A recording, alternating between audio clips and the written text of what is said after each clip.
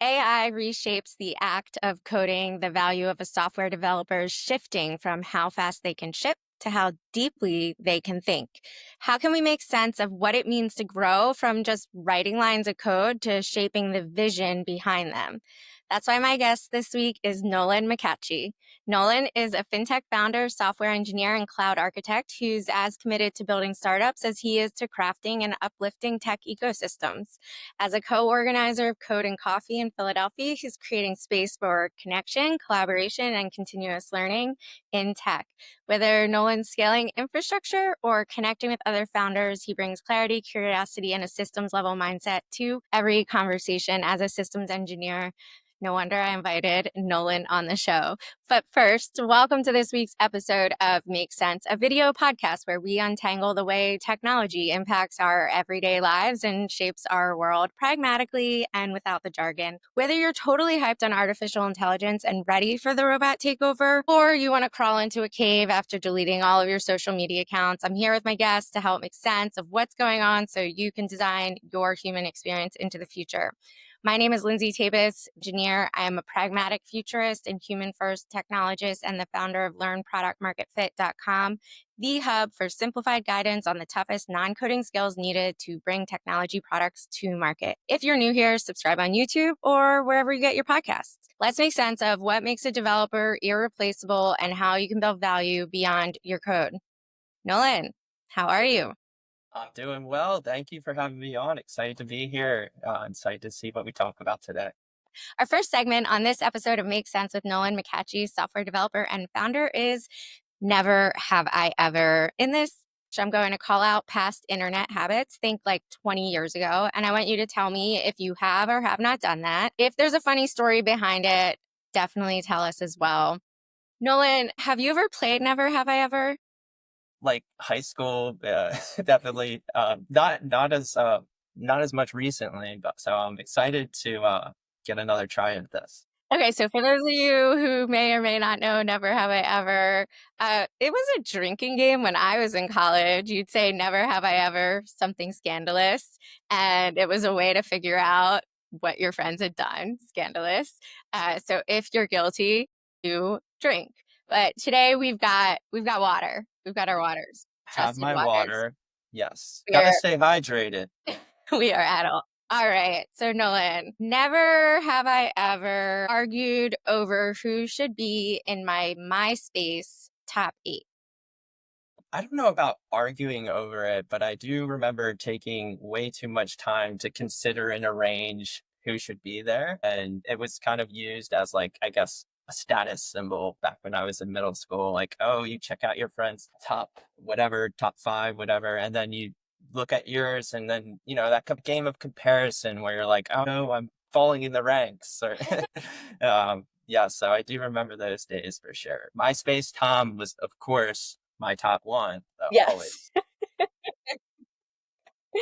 um, so next one, never have I ever set my aim, AOL Instant Messenger status, to song lyrics just to get someone's attention. I don't think I've done that either. I do remember spending too much time on AIM as well, though. That was the main communication channel back in the day. Yeah. What Everyone was had your screen name? well, my first one was like Lizard Boy, something like that. I remember my sister helped me create it. And then I just had one after that when I maybe matured a little bit and had like just my initials. It was like NCM 450 or something like that. Okay. Mine was honey roasted, like the honey Oh, roasted peanuts.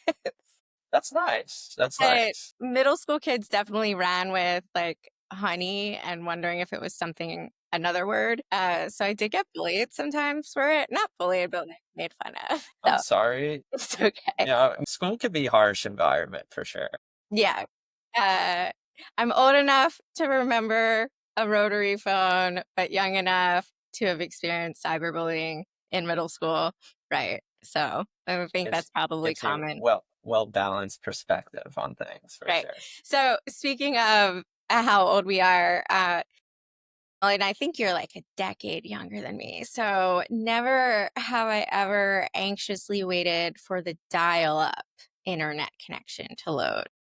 No, I've experienced that when I was younger. I mean, maybe like grade school days. I remember going over a Need friend's a drink. house and oh yes, yes, sorry, of course.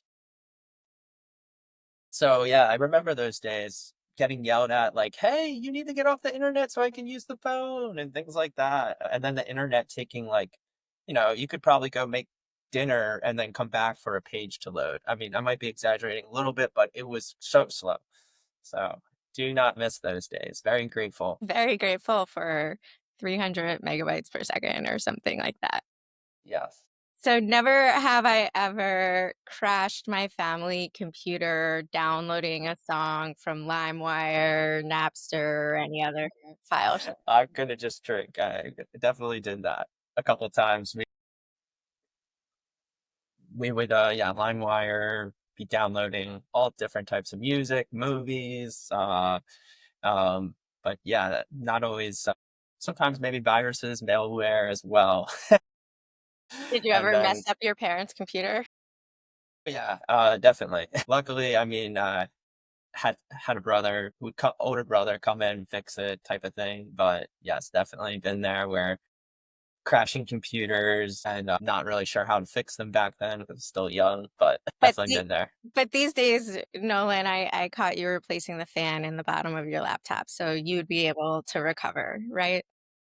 I would think that either I would figure it out myself or I would have a friend at Code and Coffee help me figure it out. So I'd have the resources to get things done now. 100%.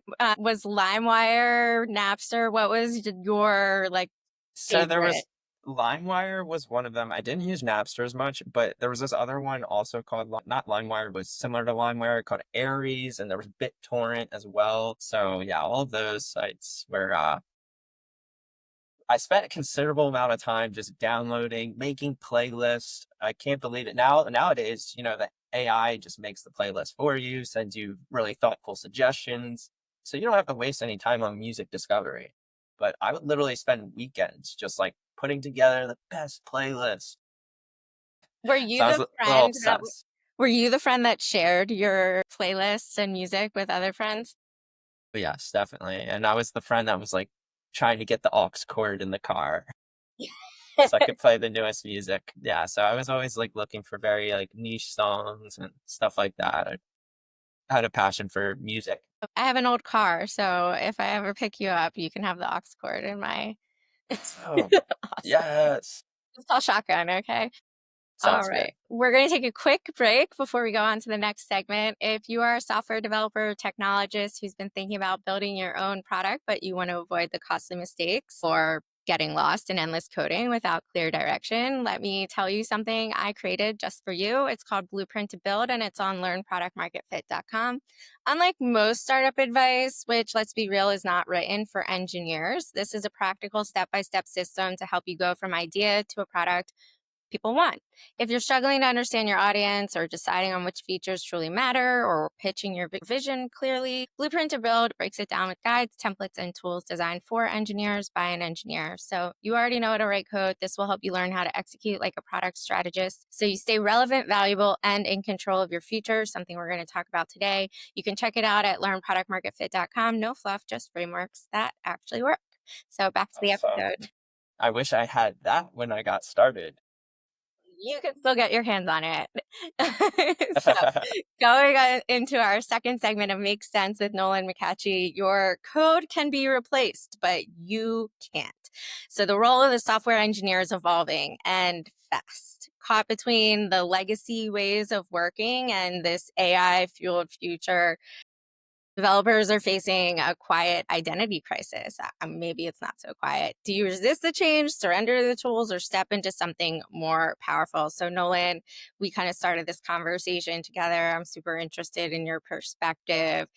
Every day we hear about how AI is changing the way we work, just like we as a big term, umbrella term.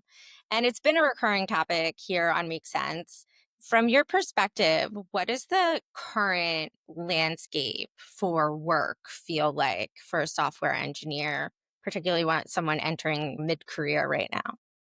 So it really depends on where you're working, what space you're working in. I have friends working in government or places like Lockheed Martin where like you cannot use AI at all because of security issues. But there's also many people I know not in those types of spaces that are leveraging these tools, sometimes not always in the best ways.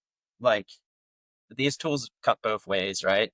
You cannot, you have to be very intentional about how you use them. You cannot expect the AI to do everything for you. You still need to understand what you're building because when push comes to shove and things start to break, you need to understand what's going on, right?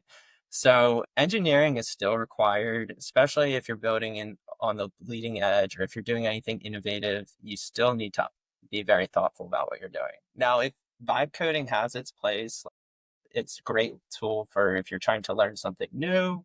I have a lot of friends that are non-technical at all. They're able to ship iOS apps, build games, and even startups. Because this is makes sense, and not everyone listening is, on subreddit technology or TechCrunch. What is vibe coding?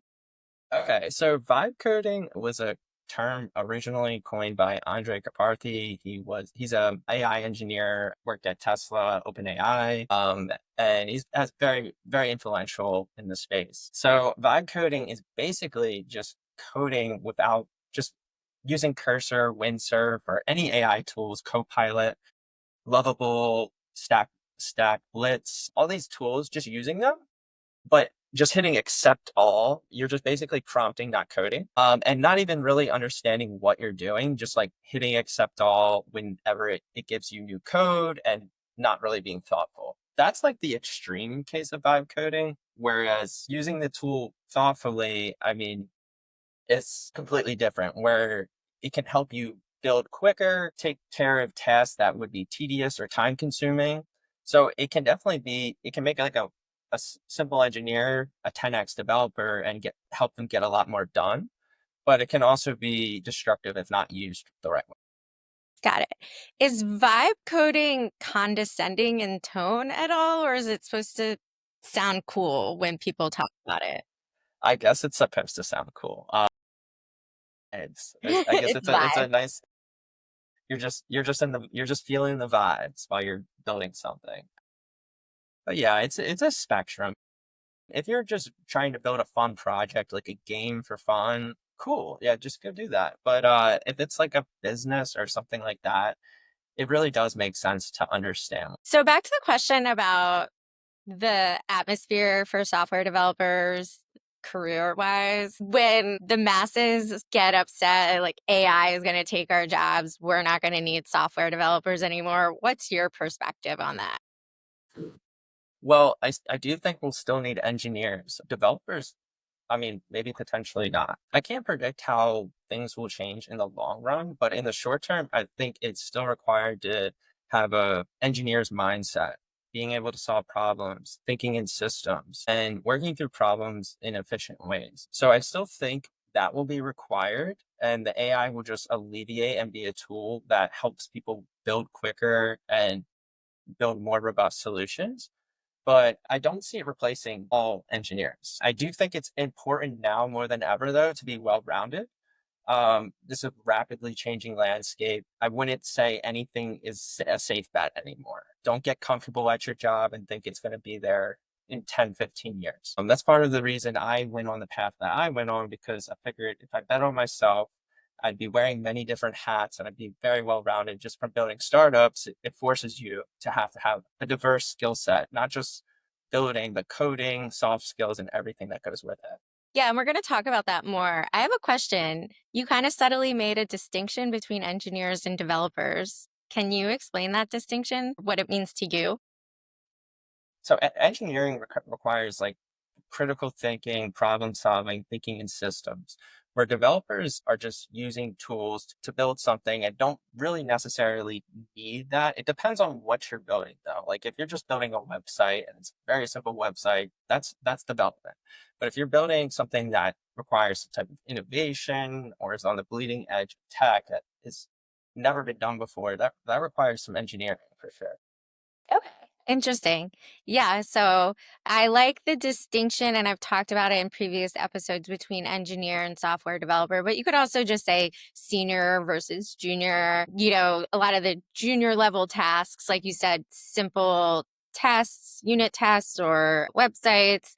These are things that we can toss over to AI and junior developers to figure out with little consequence, but there's still critical thinking needed, particularly when we talk about government infrastructure, financial systems, healthcare systems. We still need engineers that can think through the code and use AI to help, but understand the logic behind all of it and actually be able to read the syntax and code. Most definitely. Yeah, I would say a lot of web development is becoming a commodity because there's so many tools. You don't necessarily need to code at all to do web development anymore. So, I mean, it's great because the barrier entry is going down. You're seeing a lot of people building things that wouldn't have thought twice about doing it.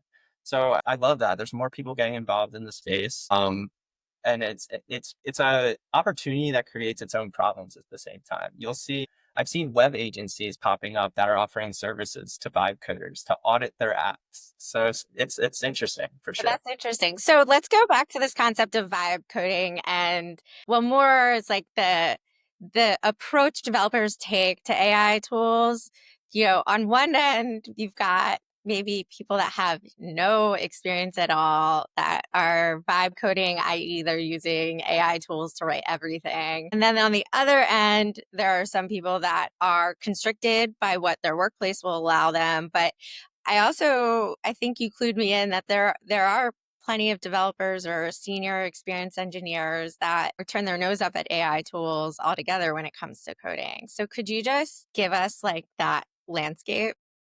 Yeah, so there's definitely a spectrum, right, with people, and people react differently to technology changes. You will see like some of the senior developers, maybe they're just comfortable with what works for them now, and maybe they're going to retire in 5 years, so they don't feel the need or pressure to learn. They don't feel maybe even threatened by AI because they're on their way out already.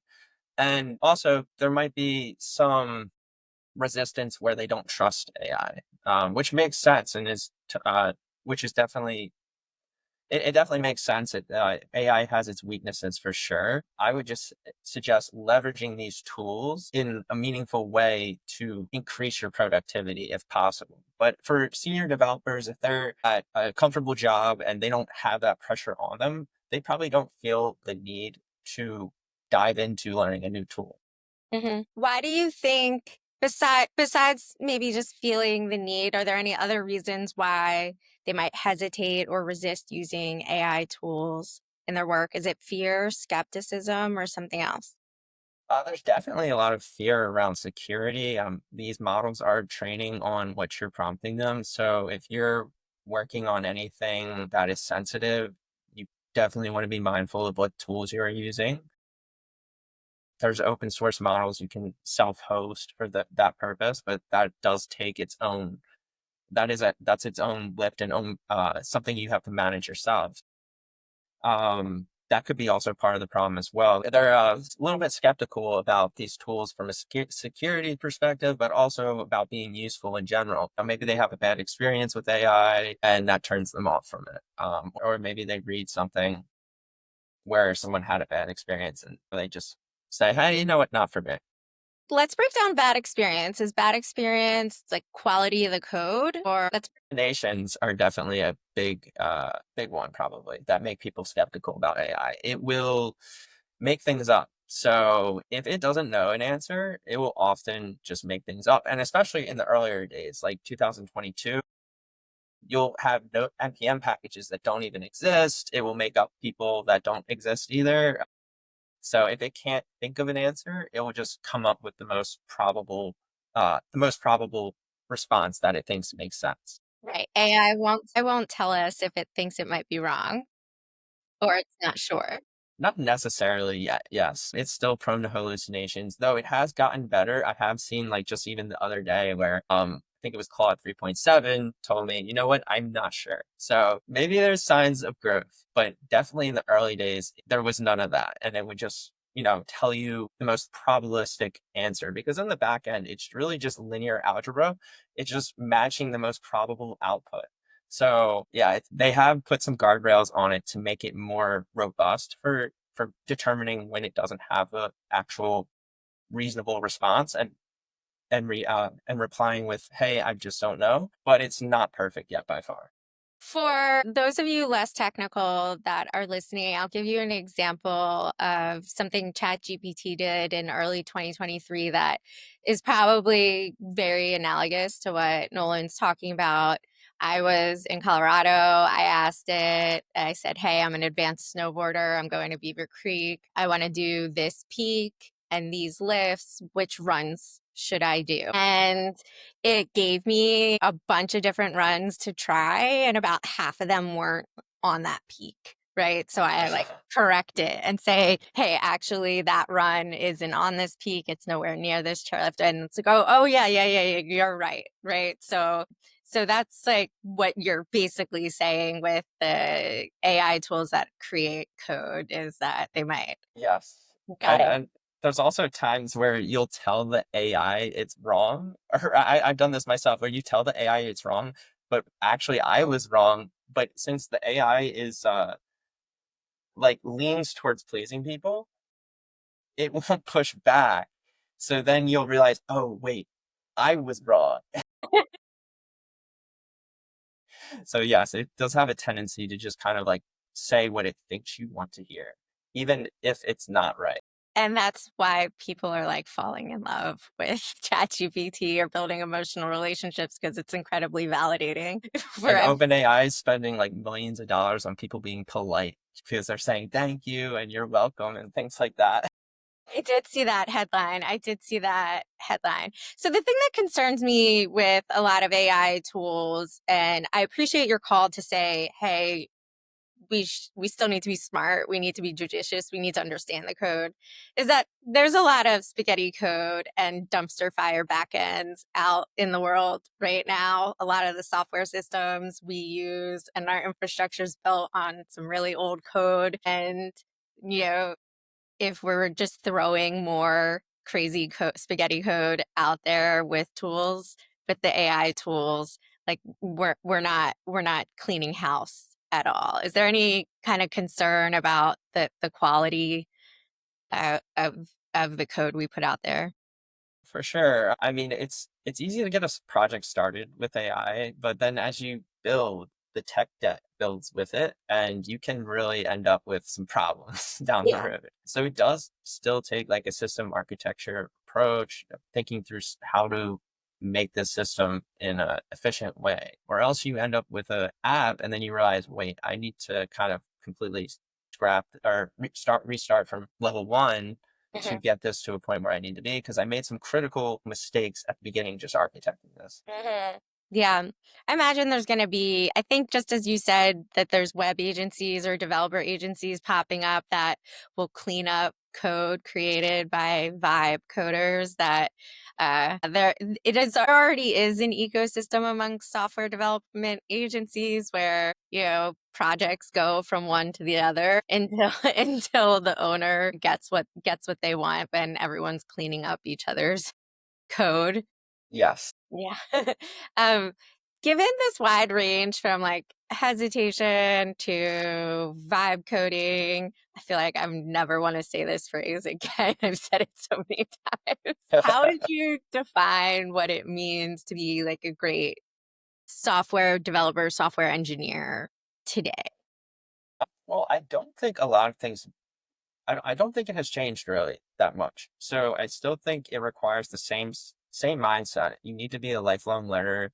You need to be constantly leaving your comfort zone to learn new things. And that's not really something that's changed. I mean, technology has been evolving rapidly. I mean, computer science is still a relatively young field, right? But for the duration of its existence, it's been rapidly developing. So as a software developer, you've always needed to be learning new things, never being too comfortable, basically. So you have to be a lifelong learner as a software developer. And that's kind of why I love it too, because it's kind of like a continuous challenge. You can never like master it because it's always changing. It's a moving target.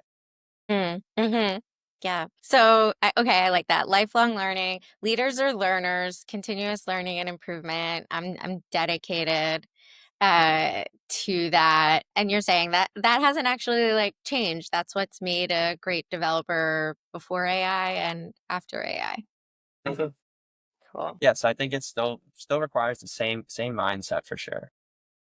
And for people that are like younger people thinking about going, like studying computer science or software engineering, should they be scared about AI or AI taking their jobs?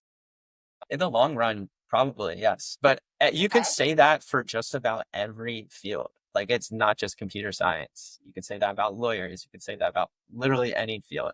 So no matter what, its impact will be widespread. And it's kind of like we're approaching our next industrial revolution as a species. So I can't say exactly when and how fast things will happen, but it will be very disruptive for sure. So I agree with you. I think everyone should be concerned. I think right now it's still very much waiting to be seen. And one big takeaway, I think, from what I'm hearing from you is that AI right now is probably not going to replace you, but someone that uses AI and knows how to Definitely. wield it and leverage it better than you will probably replace you. I think I'm confident enough that there's enough dumpster fires out there in our technical infrastructure that we're going to need computer scientists and software engineers to keep matriculating and graduating. Definitely. And I think there is like a way to maybe protect yourself from the disruption that's coming. No matter what field you're in, if you start developing a diverse skill set and don't be like, and start to be more well rounded, have soft skills, have technical skills, be able to use these tools, it makes you more dynamic so that when this comes, you'll be ready and you'll have more opportunities coming your way because you'll have a diverse skill set that's more robust than somebody that was just very focused on one. Right. Flexible thinking. Flexible thinking will always benefit humanity and people that are willing to evolve. It probably won't come as like a visible tidal wave. Like you just see it, it's just going to be a gradual thing that happens over the years, although it feels like it is moving pretty fast. In some work environments, it's not moving fast at all, as you mentioned. So to wrap up this Definitely. segment, your code can be replaced, but you can't. With all of this in mind, how should developers be thinking about their skills and their contributions and their personal growth? How can they like stay relevant and valuable? One thing I definitely recommend is building in public. So no matter what you're doing, share your work, right? So I know way too many developers that are very highly skilled, but they kind of are mute when it comes to sharing their work. They can be maybe perfectionist or they just don't feel comfortable sharing their work because they feel like maybe that's like, I don't know, they have like maybe a stigma towards it. They feel like it's salesy or something like that. But it's definitely necessary. I mean, and it's brought a lot of opportunities my way just from being active and sharing my work. It kind of works as like a verification system. So when somebody looks you up, they can say, Lindsay's actually like building some really cool stuff.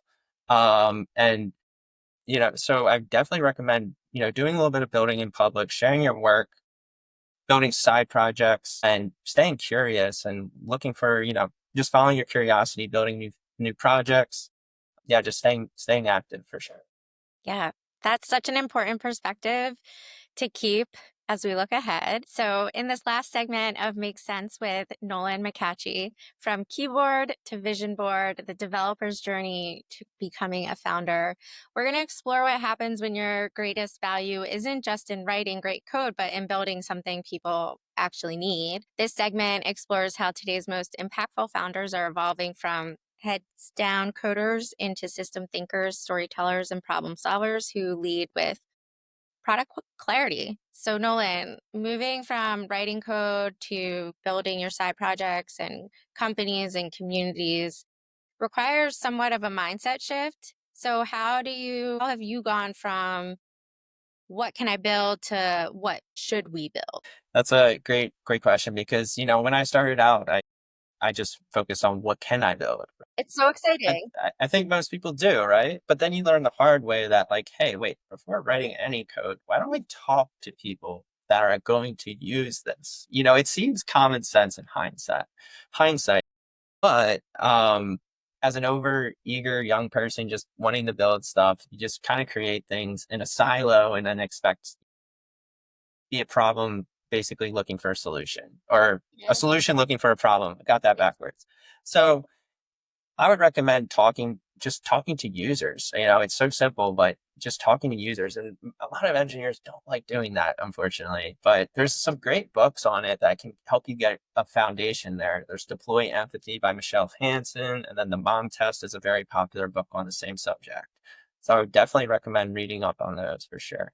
Is there any project you worked on or any aha moment for you where you kind of said, all right, I am definitely doing the next project differently. I'm not Yeah. just building things. Could you share that aha Oh yeah, moment? I spent like a year and a half on a journaling app that I basically just built for myself.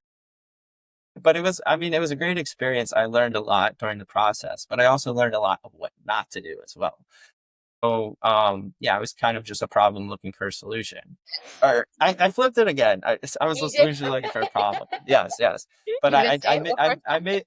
I made the mistake of just not talking to users, basically. But a lot of first time founders do that, and it's kind of like just something you learn. Yeah, for sure. I think Learn Product Market Fit's tools library is great for second time founders who want to do it differently.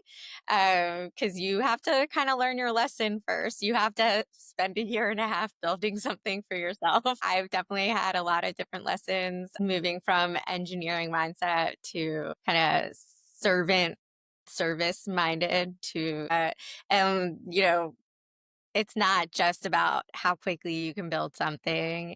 It's not just about finding a technical co-founder or another co-founder. It's really observing where problems actually exist in other people's lives. It's all about problem solving. Yep. Yep. So, You want to make sure you're solving the right problem in the right way. yeah. And for anyone listening, I'll give you a quick example of something that you can do today to observe problems. Go to a coffee shop and maybe you can bring your computer, but for 30 minutes, close your computer and your phone. I know it's going to be hard. Your brain's going to be racing. You're like, oh my God, I got to just like watch ants crawl across the floor or something. Hopefully not.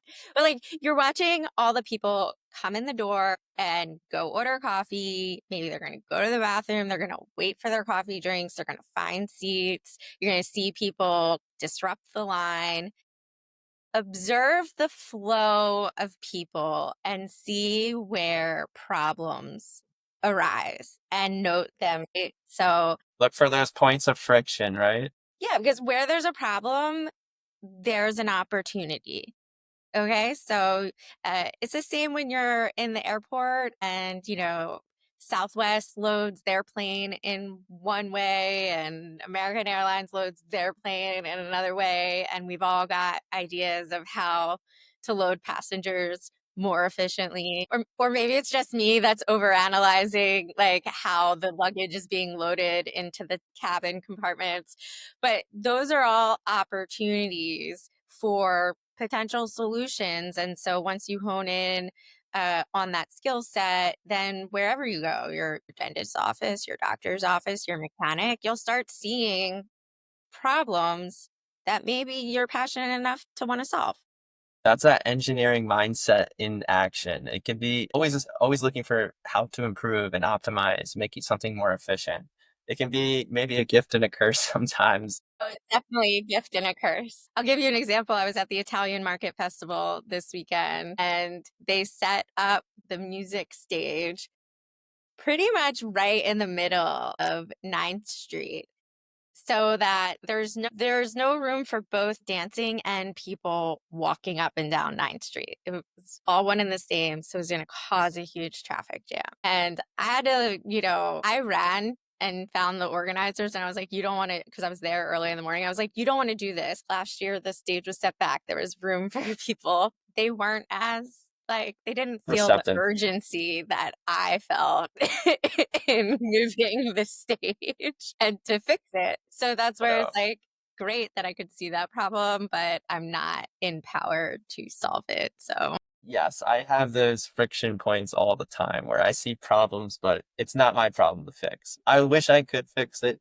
and sometimes, people don't want that. Don't even want to hear that, right. so it People can don't get want me to in trouble. hear. Definitely get me in trouble sometimes. It is the curse of an engineer, definitely.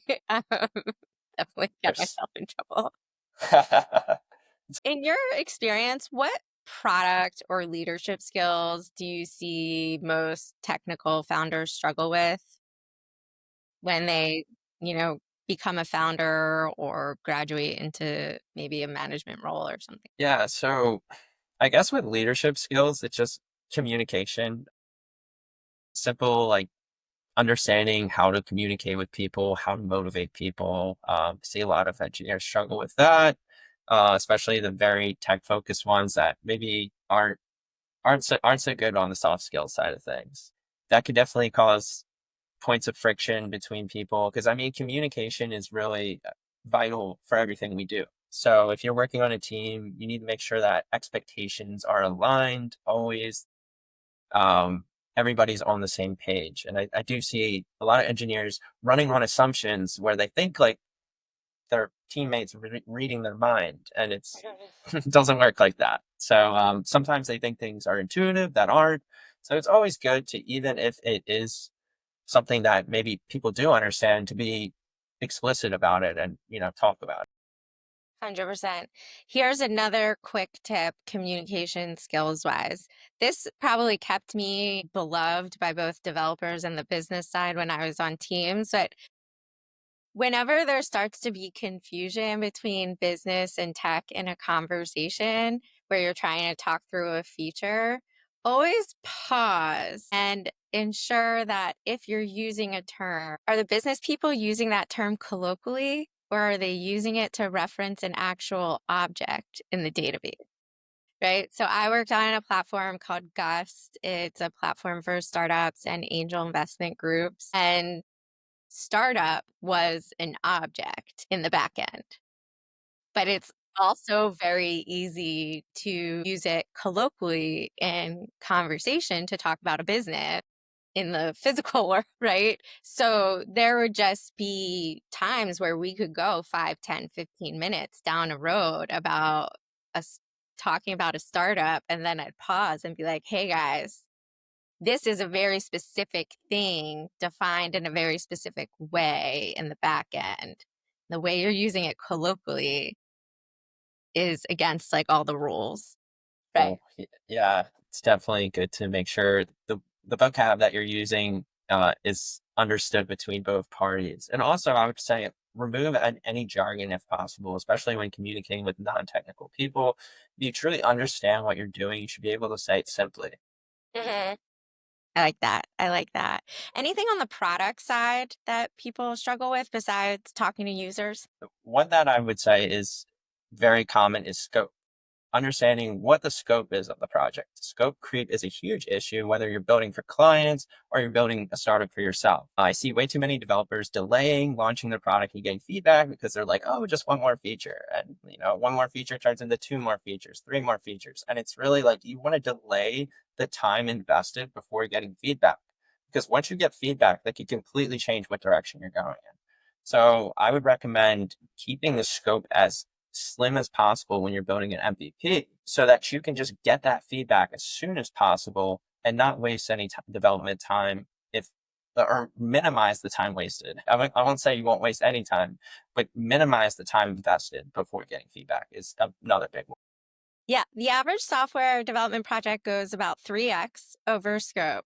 But the art of early stage product development, going from idea to whatever the first version is you put in front of users, the art of it and the skill of it is really about what not. Uh-huh. So Yes. I'll definitely leave people with that. Addition by subtraction, right?